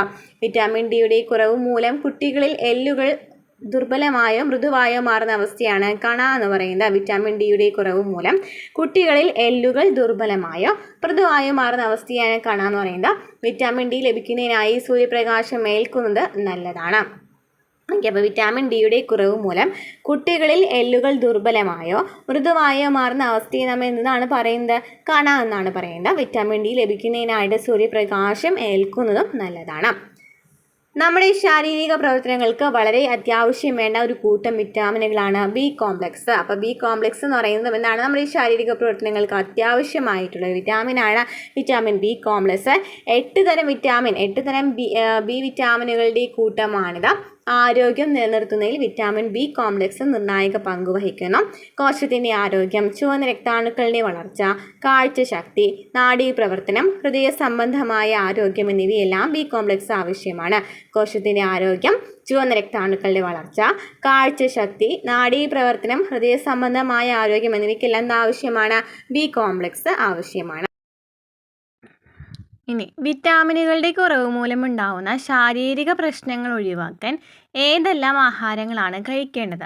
നമുക്കറിയാം 6ാം ക്ലാസ്സിലെ പഴയ SCERT ടെക്സ്റ്റ് ബുക്കിൽ നമുക്ക് ഓരോ വൈറ്റമിൻസിനെ കുറിച്ച് ഡീറ്റെയിൽ ആയിട്ട് പറഞ്ഞിട്ടുണ്ടായിരുന്നു അല്ലേ? ഒരു ടേബിൾ പറഞ്ഞിട്ടുണ്ടായിരുന്നു ഏതൊക്കെ ഭക്ഷണം കഴിക്കണം, അതുപോലെ തന്നെ അതിൻ്റെ കുറവ് മൂലമുണ്ടാകുന്ന രോഗങ്ങളൊക്കെ നമ്മൾ ഡീറ്റെയിൽ ആയിട്ട് ക്ലാസ് എടുത്തിട്ടുണ്ടായിരുന്നു അല്ലേ? അപ്പോൾ ആ ഒരു ടേബിളിൽ പറയുന്ന കാര്യങ്ങളാണ് കേട്ടോ. വൈറ്റമിൻ എ കിട്ടുന്നതിന് ലഭിക്കുന്നതിന് ആവശ്യമായ ഭക്ഷ്യവസ്തുക്കൾ ഏതൊക്കെയാണ്? വൈറ്റമിൻ എ ലഭിക്കുന്ന ഭക്ഷ്യവസ്തുക്കൾ ഏതൊക്കെയാണ്? മത്സ്യം, ക്യാരറ്റ്, പിന്നെ എന്തൊക്കെയാണ്? ചീരണ്ടല്ലോ അല്ലേ? ചീരണ്ട്, പിന്നെ എന്തിട്ടുള്ളത്? ചീര, പാലുൽപ്പന്നങ്ങൾ, കരൾ, അതുപോലെ തന്നെ ഇലകളായിട്ടുള്ള പയറില, ചേമ്പില, അങ്ങനെ കേട്ടോ. പയറ്, ചേമ്പ് എന്നീ ഇലകളൊക്കെ ഇലക്കറികൾ കേട്ടോ. അപ്പോൾ ഇലകൾ, പിന്നെ മുരിങ്ങയില, ചേമ്പില, പയറിലൊക്കെ എന്നീ പാലുൽപ്പന്നങ്ങൾ അല്ലേ? അപ്പോൾ ഇത്രയൊക്കെയാണ് വൈറ്റമിൻ എ ലഭിക്കുന്നത്. വൈറ്റമിൻ എ ലഭിക്കുന്ന ഭക്ഷ്യവസ്തുക്കൾ ഏതൊക്കെയാണ്? മത്സ്യം, ക്യാരറ്റ്, ചീര, കരൾ, പാലുൽപ്പന്നങ്ങൾ, കരൾ, പയറില, ചേമ്പില, മുരിങ്ങയില. നെക്സ്റ്റ് വൈറ്റമിൻ ബി എന്ന് പറയുന്നത് ധാന്യങ്ങളാണല്ലേ? ധാന്യങ്ങളുടെ തവിടിലൊക്കെ കൂടുതലായിട്ട് കാണപ്പെടുന്ന ഇതാണ് വൈറ്റമിൻ ബി ആണ്. അതാണ് കൂടുതലും PSC ചോദിക്കുന്നത്. ധാന്യങ്ങളുടെ തവിടാണ് കേട്ടോ. ധാന്യങ്ങളുടെ തവിടിനെ കുറിച്ചിട്ടാണ് കൂടുതലും ചോദിച്ചു കണ്ടിട്ടുള്ളത്. അപ്പോൾ ധാന്യങ്ങളുടെ തവിടിൽ വൈറ്റമിൻ ബി ഉണ്ട്. അതുപോലെ തന്നെ മട്ടയരി, ചീര എന്നിവയിലും എന്തുണ്ട്? വൈറ്റമിൻ ബി ഉണ്ട്. പിന്നെ ഇതിലൊക്കെ ഉണ്ട് മുട്ട, പാൽ, ചേമ്പില കേട്ടോ. നേരത്തെ പറഞ്ഞ മുട്ട നമ്മൾ വൈറ്റമിൻ ബിയിലാണ് പറഞ്ഞത് അല്ലേ? മുട്ട, പാല്, ചേമ്പില എന്നിവയിലൊക്കെ എന്തുണ്ട്? വൈറ്റമിൻ ബി ഉണ്ട്. നെക്സ്റ്റ് വൈറ്റമിൻ സി എന്ന് പറയുന്നത് ഇതാണ് നെല്ലിക്ക, നാരങ്ങ, ഇതൊക്കെയാണ്. പിന്നെ നെല്ലിക്ക, നാരങ്ങ, പഴങ്ങളിലൊക്കെ എന്താണ്? വൈറ്റമിൻ സി ആണുള്ളത് അല്ലേ? വൈറ്റമിൻ സി ആണ് പഴങ്ങളിലുള്ളത്. അതുപോലെ തന്നെ പപ്പായ, അതുപോലെ തന്നെ മുരിങ്ങയില എന്നിവയിലൊക്കെ എന്താണ്? വൈറ്റമിൻ സി ആണുള്ളത്. ഓക്കെ, ഇനി വൈറ്റമിൻ ഡിയിൽ കൂടുതലായിട്ട് ഇതാണ് വൈറ്റമിൻ ഡി കാണപ്പെടുന്ന ഇതിലാണ് മത്സ്യത്തിൽ ഉണ്ട് അല്ലേ? വൈറ്റമിൻ ഡി മത്സ്യത്തിലുണ്ട്, മുട്ടയിലുണ്ട്. വൈറ്റമിൻ ഡി എന്നാണ് മത്സ്യം, മുട്ട, പാല് കൂടുതലായിട്ട് പറയില്ലേ നമ്മൾ? പാല്, മുട്ട, മത്സ്യം, അതുപോലെ തന്നെ കരൾ, അതുപോലെ തന്നെ കൂൺ എന്നിവയിലൊക്കെ എന്തുണ്ട്? വൈറ്റമിൻ ഡി ഉണ്ട് കേട്ടോ. വൈറ്റമിൻ ഡി ഉണ്ട്. ഇനി വൈറ്റമിൻ ഇ എന്ന് ചോദിക്കുകയാണെങ്കിലോ, വൈറ്റമിൻ ഇ ഉള്ളത് കൂടുതലായിട്ട് ഇതിലാണ് നിലക്കടല, ബദാം, അതുപോലെ തന്നെ സസ്യ എണ്ണകൾ കേട്ടോ. ഇവിടെ ഇമ്പോർട്ടൻറ്റ് സസ്യ എണ്ണകളാണ്. ഈ സസ്യ എണ്ണകളിൽ കാണപ്പെടുന്നതാണ് വൈറ്റമിൻ ഇ ആണ്. അതുപോലെ തന്നെ ബ്രൊക്കോളി, അവക്കാഡോ എന്നിവയിലൊക്കെ എന്താണ്? വൈറ്റമിൻ ഇ ആണുള്ളത് കേട്ടോ. അപ്പോൾ നിലക്കടല, ബദാം, സസ്യ എണ്ണ, പിന്നെ ബ്രൊക്കോളി, അവക്കാഡോ. ഇനി വൈറ്റമിൻ കെയോ? Vitamin K cabbage, cauliflower. Okay, cabbage, cauliflower. പിന്നെ ചീരയിലുണ്ട്, വൈറ്റമിൻ കെ ആണ് ചീരയിലുള്ളത്. അതുപോലെ തന്നെ കിവി, ബ്ലൂബെറി എന്നിവയിലൊക്കെ എന്താണ്? വൈറ്റമിൻ കെ ആണുള്ളത്. അപ്പോൾ എന്തൊക്കെയാണ് പറഞ്ഞത്? വൈറ്റമിൻ എ എന്ന് പറയുന്നുള്ളത് ഇതിലൊക്കെയാണ് മത്സ്യം, ക്യാരറ്റ്, ചീര, കരൾ, പയറില, ചേമ്പില, മുരിങ്ങയില എന്നിവയിലൊക്കെ എന്താണ്? വൈറ്റമിൻ എ ഉണ്ട്. അതുപോലെ തന്നെ വൈറ്റമിൻ ബി പറഞ്ഞു, മട്ടയരി പറഞ്ഞു, ചീര, ധാന്യങ്ങളുടെ തവിട്, മുട്ട, പാല്, ചേമ്പില. ഇനി വൈറ്റമിൻ സി നെല്ലിക്ക, നാരങ്ങ, പഴങ്ങൾ, മുരിങ്ങയില, പപ്പായ എന്നിവയൊക്കെ എന്താണ് വൈറ്റമിൻ സി ഉണ്ട്. ഇനി വൈറ്റമിൻ ഡിയോ മത്സ്യം, മുട്ട, കൂൺ, കരൾ, പാൽ ഉൽപ്പന്നങ്ങൾ എന്നിവയൊക്കെ എന്താണ് വൈറ്റമിൻ ഡി ഉണ്ട്. വൈറ്റമിൻ ഇ നിലക്കടല, ബദാം, സസ്യ എണ്ണകൾ, ബ്രോക്കോളി, അവക്കാഡോ എന്നിവയൊക്കെയാണ്. വൈറ്റമിൻ കെയോ കാബേജ്, കോളിഫ്ലവർ, ചീര, കിവി, ബ്ലൂബെറി എന്നിവയൊക്കെ എന്താണ് വൈറ്റമിൻ കെ ആണുള്ളത്. ഓക്കെ, നമ്മുടെ ചുറ്റുപാടിൽ നിന്നും കിട്ടുന്ന ഭക്ഷ്യയോഗ്യമായ ഇലകൾ, പഴവർഗ്ഗങ്ങൾ എന്നിവയിൽ വിവിധ ഇനം വിറ്റാമിനുകൾ ധാരാളം അടങ്ങിയിരിക്കുന്നു. മുരിങ്ങയില, ചീര, പേരയ്ക്ക, പപ്പായ, മാങ്ങ തുടങ്ങിയ വിവിധ ഭക്ഷ്യവസ്തുക്കൾ ആഹാരത്തിൽ ഉൾപ്പെടുത്തേണ്ടതിൻ്റെ ആവശ്യകത മനസ്സിലായല്ലോ. അപ്പോൾ നമ്മൾ പറഞ്ഞല്ലോ വൈറ്റമിനിൽ കൊഴുപ്പ് ലയിക്കുന്നവയുണ്ട്, അതുപോലെ തന്നെ എന്താണ് കൊഴുപ്പ് ലയിക്കുന്നവയുണ്ട്, ജലത്തിൽ ലയിക്കുന്നുണ്ട്. വൈറ്റമിൻ ബിയും സിയും എന്താണ് വെള്ളത്തിൽ ലയിക്കുന്ന വിറ്റാമിനുകളാണ്. വൈറ്റമിൻ എടക്കിൽ അല്ലെങ്കിൽ കേട, KE, DA എന്നീ വിറ്റാമിനുകൾ കൊഴുപ്പിൽ മാത്രമേ ലയിക്കുകയുള്ളൂ. കൊഴുപ്പിൻ്റെ അഭാവത്തിൽ ഈ വിറ്റാമിനുകൾ ശരീരത്തിൽ ആഗിരണം ചെയ്യപ്പെടുകയില്ല. അപ്പോൾ നമുക്ക് ഭക്ഷണത്തിൽ കൊഴുപ്പ് ഉൾപ്പെടുത്തേണ്ടതിന് പ്രാധാന്യം മനസ്സിലായല്ലോ അല്ലേ. ഇനി നമ്മൾ പഠിക്കാൻ പോകുന്നത് ഭക്ഷണത്തിലെ ധാതുക്കളാണ്, മിനറൽസിനെ കുറിച്ചിട്ടാണ് പഠിക്കാൻ പോകുന്നത്.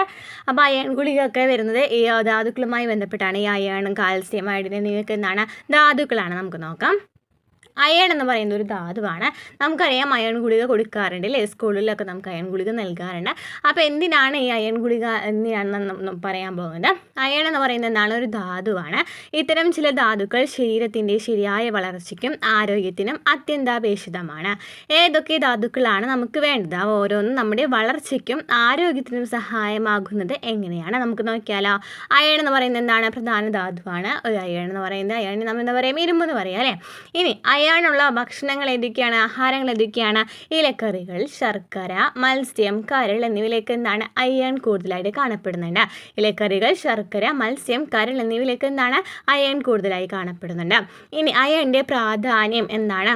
രക്തത്തിലെ ഹീമോഗ്ലോബിൻ്റെ നിർമ്മാണത്തിൽ പ്രധാന പങ്ക് വഹിക്കുന്ന എന്താണ് അയണാണ്. രക്തത്തിലെ ഹീമോഗ്ലോബിൻ്റെ നിർമ്മാണത്തിൽ പ്രധാന പങ്ക് വഹിക്കുന്ന ഏതാണ് അയൺ അല്ലെങ്കിൽ ഇരുമ്പാണ്.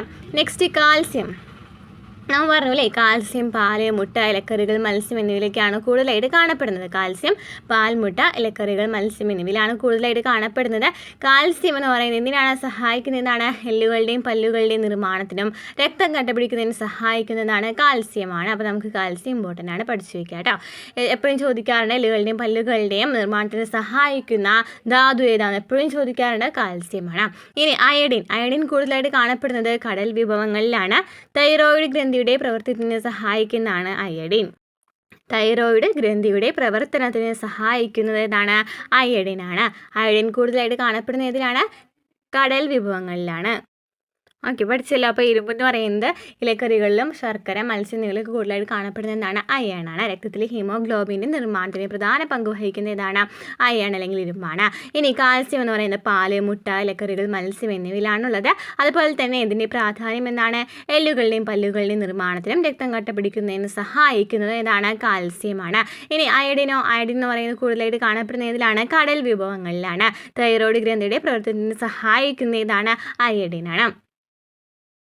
രക്തത്തിലെ ഹീമോഗ്ലോബിൻ്റെ നിർമ്മാണത്തിന് സഹായിക്കുന്ന ധാതു ഏതാണ് രക്തത്തിലെ ഹീമോഗ്ലോബിൻ്റെ നിർമ്മാണത്തിന് സഹായിക്കുന്നത് ധാതു ഏതാണ് നമ്മളിപ്പോൾ പറഞ്ഞു അല്ലേ. ഏതാണ് അയൺ ആണ് അല്ലേ. അയൺ അല്ലെങ്കിൽ ഇരുമ്പാണ് രക്തത്തിലെ ഹീമോഗ്ലോബിൻ്റെ നിർമ്മാണത്തിന് സഹായിക്കുന്നത്. അത് ചോദിക്കാറുണ്ട് കേട്ടോ. ഹീമോഗ്ലോബിൻ ഇത് ലഭിക്കുവാൻ ഏതൊക്കെ ഭക്ഷ്യവസ്തുക്കൾ ആഹാരത്തിൽ ഉൾപ്പെടുത്തുന്നത്, അതായത് ഹീമോഗ്ലോബിൻ ലഭിക്കാനായിട്ട് ഏതൊക്കെ ഭക്ഷ്യവസ്തുക്കളാണ് ആഹാരത്തിൽ ഉൾപ്പെടുത്തേണ്ടത് നമ്മൾ പറഞ്ഞല്ലോ. ഏതൊക്കെയാണ് അയൺ, ഏതാണ് ഇലക്കറികൾ, ശർക്കര, മത്സ്യം, കരൾ എന്നിവയിലൊക്കെ എന്താണ് അയൺ ഇരുമ്പ് കൂടുതലായിട്ട് കാണപ്പെടുന്നുണ്ട്. അപ്പോൾ ഹീമോഗ്ലോബിൻ ലഭിക്കുന്നതിനായിട്ട് നമ്മൾ ഇലക്കറികൾ, ശർക്കര, മത്സ്യം, കരൾ എന്നിവയൊക്കെയാണ് നമ്മുടെ ഭക്ഷ്യവസ്തുക്കളിൽ ഉൾപ്പെടുത്തേണ്ടത്. നെക്സ്റ്റ്, കടൽ വിഭവങ്ങൾ കഴിക്കേണ്ടതിൻ്റെ ആവശ്യകത എന്താണ്. കടൽ വിഭവങ്ങൾ കഴിക്കേണ്ടതിൻ്റെ ആവശ്യകത എന്താണ്. തൈറോയ്ഡ് ഗ്രന്ഥിയുടെ പ്രവർത്തനത്തിന് എന്താവശ്യമാണ് അയഡിൻ ആവശ്യമാണല്ലോ. കടൽ വിഭവങ്ങൾ കൂടുതലായിട്ട് കാണപ്പെടുന്നത് ഏതാണ് കടൽ വിഭവങ്ങൾ കൂടുതലായിട്ട് കാണപ്പെടുന്ന ധാതു ഏതാണ് അയഡിനാണ്. അപ്പം നമുക്കതിനെ പ്രാധാന്യം നമ്മൾ പറഞ്ഞു തൈറോയ്ഡ് ഗ്രന്ഥിയുടെ പ്രവർത്തനത്തിന് സഹായിക്കുന്നതാണ് അയഡിൻ എന്ന് പറയുന്നത്. അപ്പോൾ കടൽ വിഭവങ്ങൾ കഴിക്കേണ്ടതിൻ്റെ ആവശ്യകത എന്തായിരിക്കും. തൈറോയ്ഡ് ഗ്രന്ഥിയുടെ പ്രവർത്തനത്തിന് എന്താവശ്യമാണ് അയഡിൻ ആവശ്യമാണ്. അത് കാരണമാണ് കടൽ വിഭവങ്ങളിൽ കൂടുതലായിട്ട് ഉള്ളതിൽ അയഡിൻ അയഡിൻ കൂടുതലായിട്ടുള്ളത് ഇതിലാണ് കടൽ വിഭവങ്ങളിലാണ്. നെക്സ്റ്റ് എന്താണ് ക്വസ്റ്റ്യൻ. മുട്ട, പാൽ, ഇലക്കറികൾ എന്നിവ ഭക്ഷണത്തിൽ ഒഴിവാക്കിയാൽ ഉണ്ടാകുന്ന ആരോഗ്യ പ്രശ്നങ്ങൾ എന്തൊക്കെയാണ്. മുട്ട, പാൽ, ഇലക്കറികൾ എന്നിവ ഭക്ഷണത്തിൽ ഒഴിവാക്കിയാൽ ഉണ്ടാക്കാവുന്ന ആരോഗ്യ പ്രശ്നങ്ങൾ എന്തൊക്കെയാണ്? ഉണ്ടായിരിക്കുക? എല്ലുകളുടെയും പല്ലുകളുടെയും നിർമ്മാണത്തിനും രക്തം കട്ട പിടിക്കുന്നതിനും കാൽസ്യം സഹായിക്കുന്നുണ്ട് അല്ലേ? കാൽസ്യം സഹായിക്കുന്ന എന്തൊക്കെയാണ്? എല്ലുകളുടെയും പല്ലുകളുടെയും നിർമ്മാണം, രക്തം കട്ട പിടിക്കുന്നതിന് കാൽസ്യം സഹായിക്കുന്നുണ്ട്. അതിനാൽ കാൽസ്യം അടങ്ങിയിട്ടുള്ള മുട്ട, പാൽ, ഇലക്കറികൾ എന്നിവ ഭക്ഷണത്തിൽ ഉൾപ്പെടുത്തേണ്ടതുണ്ട്. ഇനി എന്താണ് ഹീമോഗ്ലോബിൻ? ഹീമോഗ്ലോബിൻ എന്ന് വെച്ചാൽ എന്താണ് നമുക്ക് നോക്കിയാലോ?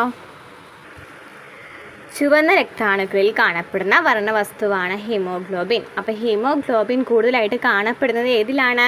ചുവന്ന രക്താണുക്കളിലാണ് ഹീമോഗ്ലോബിൻ കൂടുതലായിട്ട് കാണപ്പെടുന്നത്. ഇവ രക്തത്തിന് ചുവപ്പ് നിറം നൽകുന്നു. അറിയാലോ, ഹീമോഗ്ലോബിനാണ് ചുവപ്പ് നിറം നൽകുന്നത് അല്ലേ രക്തത്തിന്. രക്തത്തിലെത്തുന്ന ഓക്സിജനെ കോശങ്ങളിൽ എത്തിക്കുന്നതും അവിടെ നിന്ന് കാർബൺ ഡൈ ഓക്സൈഡിനെ തിരിച്ചു കൊണ്ടുപോകുന്നതും ഹീമോഗ്ലോബിനാണ്. അപ്പോൾ രക്തത്തിലെത്തുന്ന ഓക്സിജനെ കോശങ്ങളിൽ എത്തിക്കുന്നതും അവിടെ നിന്ന് കാർബൺ ഡൈ ഓക്സൈഡിനെ തിരിച്ച് കൊണ്ടുപോകുന്നതുമാരാണ്? ഹീമോഗ്ലോബിനാണ്. രക്തത്തിൽ ഹീമോഗ്ലോബിൻ കുറയുന്ന അവസ്ഥ ഏതാണ്? അനീമിയാണല്ലേ. രക്തത്തിൽ ഹീമോഗ്ലോബിൻ്റെ കുറവ് മൂലമുണ്ടാകുന്ന അവസ്ഥ ഏതാണ്? അനീമിയാണെന്ന് പഠിച്ചു വയ്ക്കുക. അപ്പോൾ എന്തൊക്കെയാണ് പറഞ്ഞത്? ചുവന്ന രക്താണുക്കളിൽ കൂടുതലായിട്ട് കാണപ്പെടുന്നത് ഹീമോഗ്ലോബിനാണ്. അത് കാരണം തന്നെ എന്താണ്? രക്തത്തിന് ചുവപ്പ് നിറം നൽകുന്നതാണ് ഹീമോഗ്ലോബിനാണ്. പ്രധാന ധർമ്മം എന്താണ്? രക്തത്തിലെത്തുന്ന ഓക്സിജനെ കോശങ്ങളിൽ എത്തിക്കുന്നതും അവിടെ നിന്ന് കാർബൺ ഡൈ ഓക്സൈഡിനെ തിരിച്ചു കൊണ്ടുപോകുന്നതും ആരാണ്? ഹീമോഗ്ലോബിനാണ്. രക്തത്തിൽ ഹീമോഗ്ലോബിൻ കുറയുന്ന അവസ്ഥ ഏതാണ്? അനീമിയാണ്.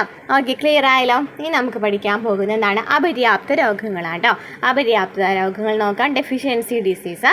വിറ്റാമിനുകളും ധാതുക്കളും കുറഞ്ഞ അളവിൽ മാത്രമേ ശരീരത്തിന് ആവശ്യമുള്ളൂവെങ്കിലും വേണ്ടത്ര അളവിൽ അവ ലഭ്യമായില്ലെങ്കിൽ അതുമായി ബന്ധപ്പെട്ട അപര്യാപ്തത രോഗങ്ങൾ ഉണ്ടാകുന്നു. പ്രോട്ടീൻ്റെ അളവ് കുറയുമ്പോൾ ഉണ്ടാകുന്ന അപര്യാപ്തത രോഗങ്ങൾ നിങ്ങൾ നേരത്തെ മനസ്സിലാക്കിയിട്ടുണ്ടല്ലോ. അപ്പോൾ നമുക്ക് നോക്കാം. വൈറ്റാമിനുകളുടെ അഭാവം മൂലമുണ്ടാകുന്ന രോഗങ്ങൾ പഠിച്ചു വയ്ക്കാം. ഇമ്പോർട്ടൻ്റ് ആണ് പഠിച്ചു വയ്ക്കാം. വൈറ്റമിൻ എയുടെ കുറവ് മൂലമുണ്ടാകുന്ന രോഗമാണ് നിശാന്തത അല്ലേ. വൈറ്റമിൻ എയുടെ കുറവ് മൂലമുണ്ടാകുന്ന രോഗമാണ് നിശാന്തത. ഇനി വിറ്റാമിൻ ബിയോ? വിറ്റാമിൻ ബിയുടെ അപര്യാപ്തത രോഗം ഏതാണ്? ഗ്ലോസിറ്റീസ്. ഈ ഒരു വാക്ക് ഒന്ന് ശ്രദ്ധിച്ച് പഠിക്കുക. കാരണം ഇതുവരെ നമുക്ക് പഠിച്ചിട്ടുള്ള SCERT പാഠപുസ്തകങ്ങളിലൊന്നും ഈ ഒരു വേർഡ് വന്നിട്ടില്ല കേട്ടോ, ഗ്ലോസിറ്റീസ് എന്ന് പറയുന്നത്. അപ്പോൾ ആ ഒരു വേർഡ് പുതിയതായിട്ട് വന്നാണ് പഠിച്ചു വയ്ക്കുക. ഗ്ലോസിറ്റീസ് എന്ന് പറയുന്നത് വൈറ്റമിൻ ബിയുടെ കുറവ് മൂലമുണ്ടാകുന്ന രോഗമാണ്. നാവ് വീക്കവും നാവിലെ തൊലി ഇളകുന്ന അവസ്ഥയെയാണ് ഈ ഗ്ലോസിറ്റീസ് എന്ന് പറയുന്നത്. എന്താണ് ഗ്ലോസിറ്റീസ്? നാവ് വീക്കം അല്ലെങ്കിൽ നാവിലെ തൊലി ഇളകുന്ന അവസ്ഥയാണ് ഗ്ലോസിറ്റീസ് എന്ന് പറയുന്നത്. അതുപോലെ തന്നെ വായ്പുണ്ണും എന്താണ്? വൈറ്റമിൻ ബിയുടെ കുറവ് മൂലമുണ്ടാകുന്ന രോഗമാണ്. ഇനി വൈറ്റമിൻ സി എപ്പോഴും ചോദിക്കുന്ന ഒരു ക്വസ്റ്റ്യൻ ആണല്ലോ, സ്കർവി അല്ലേ. സ്കർവി വൈറ്റമിൻ സിയുടെ കുറവ് മൂലമുണ്ടാകുന്ന രോഗമാണ്. മോണയിൽ നിന്നുള്ള രക്തസ്രാവം എന്ന് പറയുന്നത് എന്താണ്? വൈറ്റമിൻ സിയുടെ സ്കർവിനെ പറയുന്നതാണ് മോണയിൽ നിന്നുള്ള രക്തസ്രാവം എന്ന്. അപ്പോൾ വൈറ്റമിൻ സിയുടെ കുറവ് മൂലമുണ്ടാകുന്ന രോഗം എന്താണ്? മോണയിൽ നിന്നുള്ള രക്തസ്രാവമാണ്. ഇനി വൈറ്റമിൻ ഡിയോ? ഇതാണ് കാണയാണല്ലോ. വൈറ്റമിൻ ഡിയുടെ കുറവ് മൂലമുണ്ടാകുന്ന അപര്യാപ്ത രോഗമാണ് കണ എന്ന് പറയുന്നത്. ഓക്കെ, അപ്പോൾ വൈറ്റമിൻ എ നിശാന്തത, വൈറ്റമിൻ ബി ഗ്ലോസിറ്റീസ് വായ്പുണ്ണ്, വൈറ്റമിൻ സി സ്കർവി മോണയിൽ നിന്നുള്ള രക്തസ്രാവം, വൈറ്റമിൻ ഡി കാണാം. ഏത് വിറ്റാമിൻ്റെ അഭാവം മൂലമാണ് സ്കർവി ഉണ്ടാകുന്നത്? ഇതാണ് നമ്മൾ പറഞ്ഞല്ലേ, വൈറ്റമിൻ സിയുടെ കുറവ് മൂലമാണ് എന്തുണ്ടാകുന്നത്? സ്കർവി ഉണ്ടാകുന്നത്. നിങ്ങളുടെ വീട്ടിലെ ആർക്കെങ്കിലും വായ്പുണ്ണ് വന്നാൽ അവരുടെ ഭക്ഷണത്തിൽ ഏതൊക്കെ ഭക്ഷ്യവസ്തുക്കൾ ഉൾപ്പെടുത്താൻ നിങ്ങൾ ശ്രദ്ധിക്കും? നമ്മൾ പറഞ്ഞു എന്താണ്? വൈറ്റമിൻ ബിയുടെ കുറവ് മൂലമാണ് എന്തുള്ളത് ഈ വായ്പുണ്ണ് വരുന്നത് വൈറ്റമിൻ ബിയുടെ കുറവ് മൂലമാണ്. വൈറ്റമിൻ ബി ഉള്ളത് കൂടുതലായിട്ട് ഏതിലാണ് നമ്മൾ പറഞ്ഞു? മട്ടേരി, ചീര, ധാന്യങ്ങളുടെ തവിട്, മുട്ട, പാല്, ചേമ്പില എന്നിവയിലൊക്കെ എന്താണുള്ളത്? വൈറ്റമിൻ ബി ഉണ്ട് അല്ലേ. ഇനി ഏത് വിറ്റാമിൻ്റെ കുറവാണ് നിശാന്തതയ്ക്ക് കാരണം എന്ന് പറഞ്ഞാലേ വൈറ്റമിൻ എ ആണ്. ഇനി ഏത് വിറ്റാമിൻ്റെ അഭാവം മൂലമാണ് കാണാണ്ടാകുന്നത്? വൈറ്റമിൻ ഡി ആണ്. ക്ലിയർ ആയല്ലോ. ഇനി നമുക്ക് നിശാന്തത എന്താണെന്ന് നോക്കിയാലോ. നിശാന്തത നൈറ്റ് ബ്ലൈൻഡ്നെസ് എന്ന് വെച്ചാൽ എന്താണ്? ഇരുട്ടിലും മങ്ങിയ വെളിച്ചത്തിലും അനുഭവപ്പെടുന്ന കാഴ്ചക്കുറവാണ് നിശാന്തത. ഇരുട്ടിലും മങ്ങിയ വെളിച്ചത്തിലും അനുഭവപ്പെടുന്ന കാഴ്ചക്കുറവിനെയാണ് നിശാന്തത എന്ന് പറയുന്നത്. നിശാന്തതയുള്ള വ്യക്തികൾക്ക് പകലും രാത്രിയിൽ നല്ല വെളിച്ചത്തിലും കാഴ്ചയ്ക്ക് യാതൊരു തകരാറും ഉണ്ടായിരിക്കില്ല. നിശാന്തതയുള്ള വ്യക്തിക്ക് എന്താണ്? പകലും രാത്രിയിൽ നല്ല വെളിച്ചത്തിലും കാഴ്ചയ്ക്ക് യാതൊരു തകരാറും ഉണ്ടായിരിക്കില്ല. ഇരുട്ടിലും മങ്ങിയ വെളിച്ചത്തിലും മാത്രം അനുഭവപ്പെടുന്ന കാഴ്ചക്കുറവിനെയാണ് നിശാന്തത എന്ന് പറയുന്നത്. ഇരുട്ടിലും മങ്ങിയ വെളിച്ചത്തിലും ഉണ്ടാവുന്ന കാഴ്ചക്കുറവാണ് നിശാന്തത. പകലാണെന്നുണ്ടെങ്കിൽ കാഴ്ചയ്ക്ക് വലിയ പ്രശ്നമൊന്നും ഉണ്ടാകുന്നില്ല. ഇനി നമ്മൾ കുറച്ച് ധാതുക്കൾ പറഞ്ഞിട്ടുണ്ടായിരുന്നു, അതിൻ്റെ അപര്യാപ്ത രോഗങ്ങൾ നോക്കാം. അയണിൻ്റെ അപര്യാപ്തത രോഗമാണ് അനീമിയ അല്ലെങ്കിൽ വിളർച്ച എന്ന് നമ്മൾ പറഞ്ഞു അല്ലേ. അയണിൻ്റെ അപര്യാപ്തത രോഗമാണ് അനീമിയ, വിളർച്ച. ഇനി അയഡിൻ്റേതാണ്, അയഡിൻ്റെ ഗോയിറ്റർ ഉണ്ടോ, അയഡിൻ്റെ അപര്യാപ്ത രോഗമാണ് എന്ത്, ഗോയിറ്റർ അല്ലേ. അയഡിൻ്റെ അഭാവം മൂലം ഉണ്ടാക്കുന്ന രോഗമാണ് ഗോയിറ്റർ. ഇനി കാൽസ്യം, കാൽസ്യത്തിന് എന്താണ്, ഓസ്റ്റിയോപൊറോസിസ്. എന്താണ്, ഓസ്റ്റിയോപൊറോസിസ്. ഓക്കെ, അപ്പോൾ നമുക്ക് ക്വസ്റ്റ്യൻസ് നോക്കാം.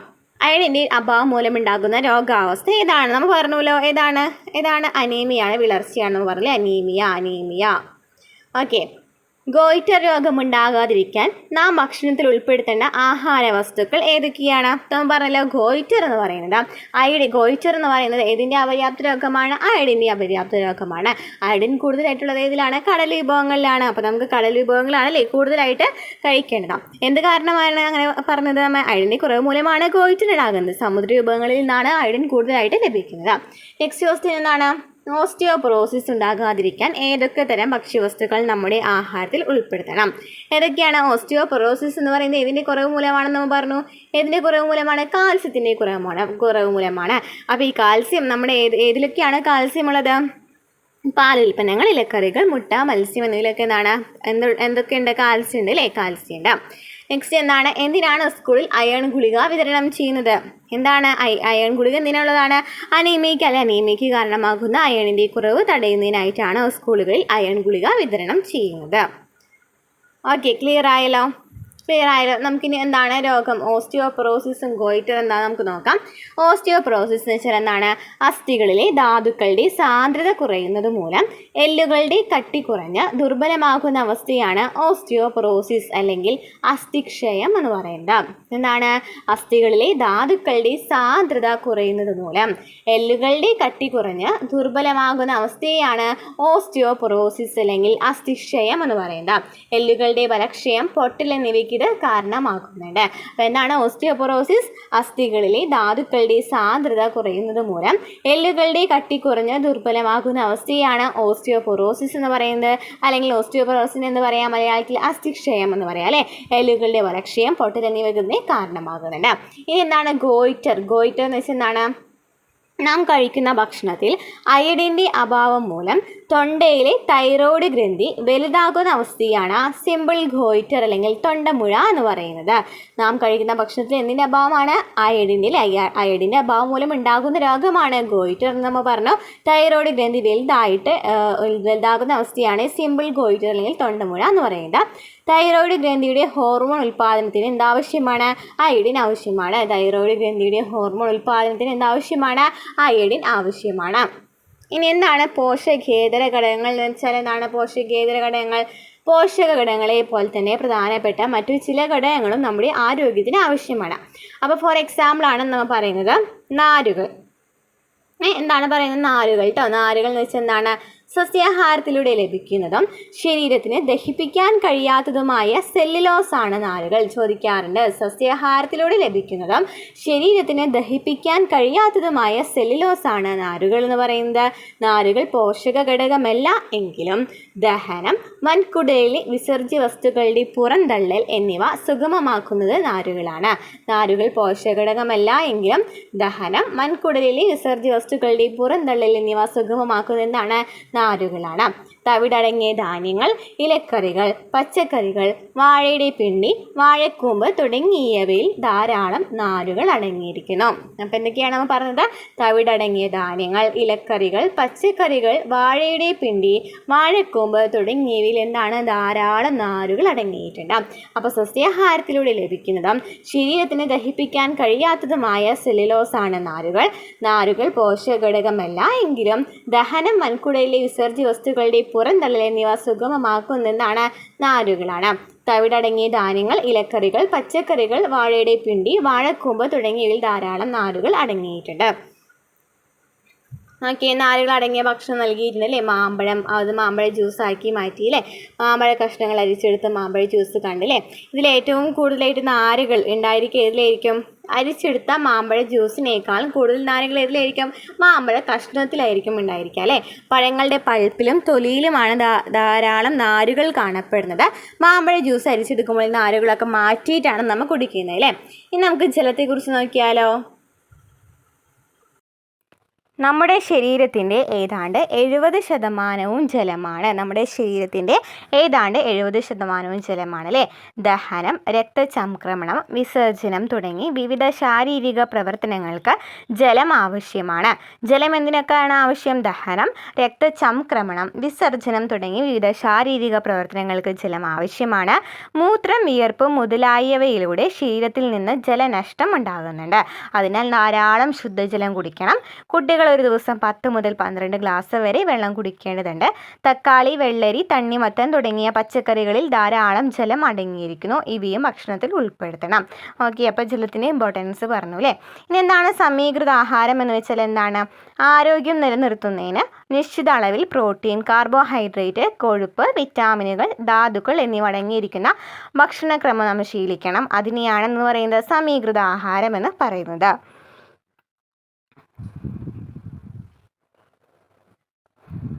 ഓക്കെ, അപ്പോൾ പ്രഭാത ഭക്ഷണത്തിൽ ഉൾപ്പെടുത്തേണ്ടത് ഏതൊക്കെയാണ്? അതുപോലെ തന്നെ എന്താണ് ഉച്ചഭക്ഷണത്തിൽ ഉൾപ്പെടുത്തേണ്ടത് ഏതാണ്? രാത്രി ഭക്ഷണത്തിൽ എന്താണ് ഉൾപ്പെടുത്തേണ്ടതൊക്കെ നമുക്ക് ഒരു ചാർട്ട് തയ്യാറാക്കാനാണ് പറഞ്ഞിരിക്കുന്നത് കേട്ടോ. ഇനി എൻ്റെ ഫുഡ് പ്ലേറ്റ് എന്ന് പറഞ്ഞിട്ട് നോക്കിയേ.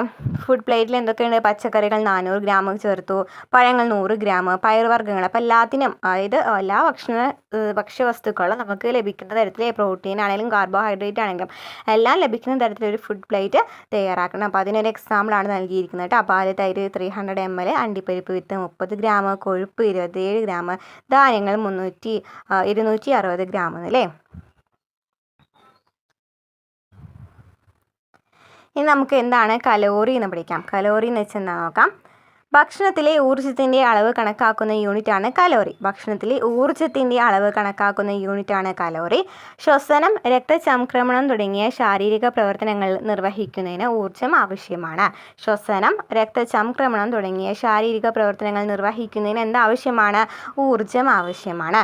ശാരീരിക അധ്വാനമുള്ള ഒരു പുരുഷന് പ്രതിദിനം ശരാശരി 1900 മുതൽ 2400 കലോറി വരെ ഊർജ്ജം ആവശ്യമാണ്. ശാരീരിക അധ്വാനമുള്ള ഒരു സ്ത്രീക്ക് പ്രതിദിനം ശരാശരി 1600 മുതൽ 2000 കലോറി വരെ ഊർജ്ജം വേണം.